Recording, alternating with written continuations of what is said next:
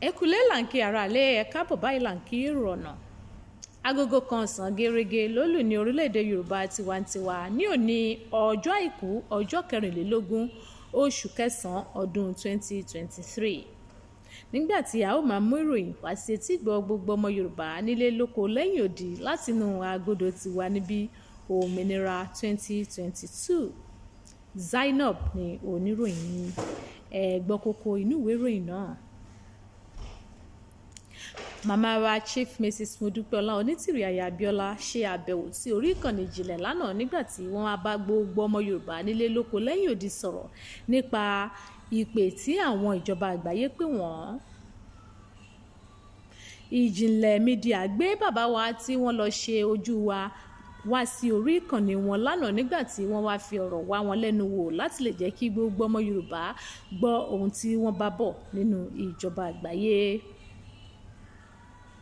Àwọn màmá wa kan wọ́n kàn sí orí iléeṣẹ́ tiwa níbi iléeṣẹ́ oníròyìn wa òmìnira 2022 wípé kí a bá wọn bá gbogbo ọ̀dọ́ pátá sọ̀rọ̀ kí wọ́n já ara wọn gbà kúrò ní ọwọ́ ìjọba amúnisìn orílẹ̀-èdè location 9. Admin orí ìkànnì Yorùbá Nations Leadership ń kí gbogbo ọmọ ẹgbẹ́ pátá pé Yorùbá Nations Leadership ìkànnì tó gbayì ìkànnì tó gbẹ̀yẹ ni wọ́n ní ìkànnì ńlá ni wípé kí á kí gbogbo yín o pé ẹ kú iṣẹ́ takuntakun. Ìròyìn ọ̀hún rèé lẹ́kùnrẹ́rẹ́. Màmá wa Chief Mrs. Modúpẹ́ọlá Onítìrí Aya Abíọ́lá ni wọ́n wá sí orí ìkànnì lánàá ní Ìjìnlẹ̀ Mídíà láti wá ṣe àlàyé fún gbogbo ọmọ Yorùbá nílé lóko lẹ́yìn odi gẹ́gẹ́ bí wọ́n ṣe máa ń ṣe. Nígbà tí wọ́n mú àlàyé tó gbogbo ọmọ Yorùbá pátá wá wípé bí àwọn alájọ àgbáyé ṣe pè wọ́n sí inú ìpàdé wípé kí wọ́n wá darapọ̀ mọ́ ìpàdé o. Wọ́n ní nígbà tí wọ́n pè wá wọ́n sọ fún wọn wípé àwọn mọ̀ wípé orílẹ̀-èdè Yorùbá ti dúró tí gbogbo ìjọba àgbáyé pátá sì ti fi òǹtẹ̀ lò wípé orílẹ̀-èdè Yorùbá ti dá dúró tí a sì ti mọ̀ ayé ti gbọ́ ọ̀run sì ti mọ̀ wípé orílẹ̀-èdè Yorùbá orílẹ̀-èdè kan tí ó wà ní ara orílẹ̀-èdè gbogbo àgbáyé pátá ni. Fún ìdí eléyìí wọ́n pè wọ́n wípé kí a wá darapọ̀ mọ́ ìpàdé tí wọ́n máa ń ṣe ní ọdọọdún ní inú ìpàdé ìjọba àgbáyé ìyẹn ní ìlú Florida ní orílẹ̀-èdè USA Amẹ́ríkà. Màmá wa tẹ̀síwájú nínú àlàyé wọn wípé ó jẹ́ ohun tó jẹ́ ìyàlẹ́nu fún àwọn púpọ̀ wípé ọ̀pọ̀lọpọ̀ ò lè dá inú ara wọn rò ní orí ọ̀rọ̀ ìrìn àjò tó wà ńlẹ̀ yìí oríṣiríṣi ohun ni wọ́n ń tẹ̀síwájú ni wọ́n sọ.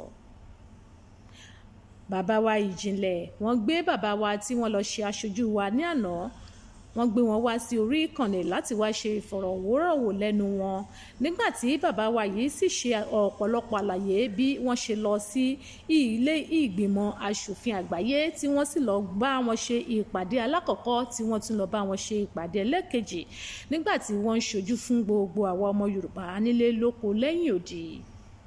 Bàbá wa yìí tẹ̀síwájú wípé nínú àwọn ìpàdé tí àwọn kọ́kọ́ lọ wọ́n náà wọ́n kọ́kọ́ lọ sí kan ní ọjọ́ 13 oṣù kẹsàn-án ọdún 2023 yìí tó dẹ̀ jẹ́ wípé àwọn ṣe ọ̀pọ̀lọpọ̀ ohun wípé nígbà tí àwọn dé inú ìpàdé náà àwọn múra lọ gẹ́gẹ́ bí ọmọ Yorùbá ni. Wọ́n ní nínú ìpàdé yìí àwọn nìkan ni ẹni tó lọ síbẹ̀ tó wọ aṣọ ilẹ̀ orílẹ̀-èdè wa tó sì jẹ́ ohun ìjọnilójú àti ìyàlẹ́nu púpọ̀ fún gbogbo àwọn tí àwọn bá pàdé nínú ìpàdé yìí tó sì jẹ́ kí àwọn tí wọ́n jẹ́ adarí ìpàdé náà rí àwọn gẹ́gẹ́ bí ìkan nínú àwọn gbòógì tó wá sínú ìpàdé ọ̀hún. Bàbá wa tẹ̀síwájú wípé wọ́n tẹ́wọ́ gbà wá lọ́pọ̀lọpọ̀ ni o wọ́n sì fi ìdùnnú àti ayọ̀ bá wa ṣe ọ̀pọ̀lọpọ̀ nǹkan nígbà tí àwọn fúnra àwọn parí tí àwọn sì tún lọ bá wọn tí àwọn béèrè lọ́wọ́ wọn wípé ṣé gbogbo ohun tó ń ṣẹlẹ̀ ní orílẹ̀-èdè location 9 Nàìjíríà kó ṣé wọn ò rí ni àbí gbogbo bí wọ́n ṣe ń fi ààyè tẹ̀lé òfin tí wọ́n ṣe fi ń bá wa lò pé ṣé ó dùn mọ́ wọn tí àwọn adarí ìpàdé ọ̀hún sì sọ wípé kò yẹ kó rí bẹ́ẹ̀ rárá àwọn máa gbé ìgbésẹ̀ lórí ẹ̀. wọ́n ní nígbà tó tún di ọjọ́ 23 oṣù kẹsàn-án ọdún tí a wà nínú èyí wọ́n tún pe àwọn fún ìpàdé míì tí àwọn tún lọ tó sì jẹ́ pé gbogbo àwọn olórí orílẹ̀-èdè pátá ni wọ́n wà nínú ìpàdé bẹ́ẹ̀ tí àwọn sì lọ ṣojú fún gbogbo àwọn ọmọ Yorùbá pátá nílé lóko lẹ́yìn odi. Bàbá wa tẹ̀síwájú wọ́n jẹ́ ká máa mọ̀ wípé orílẹ̀-èdè Yorùbá ti di gbígbà o wọ́n sì ti mọ̀ wá káàkiri àgbáyé.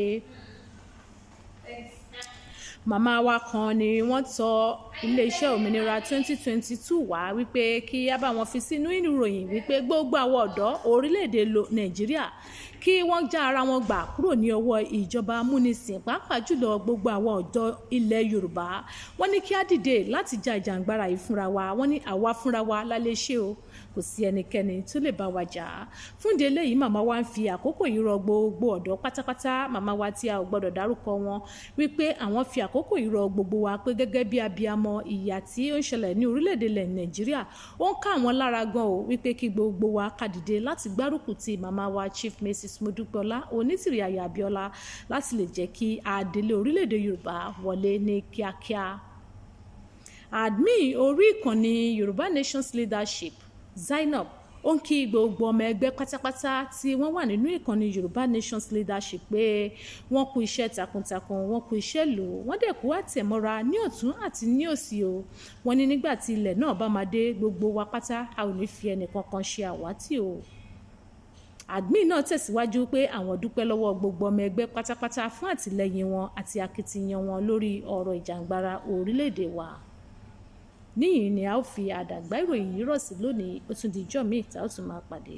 Ire o.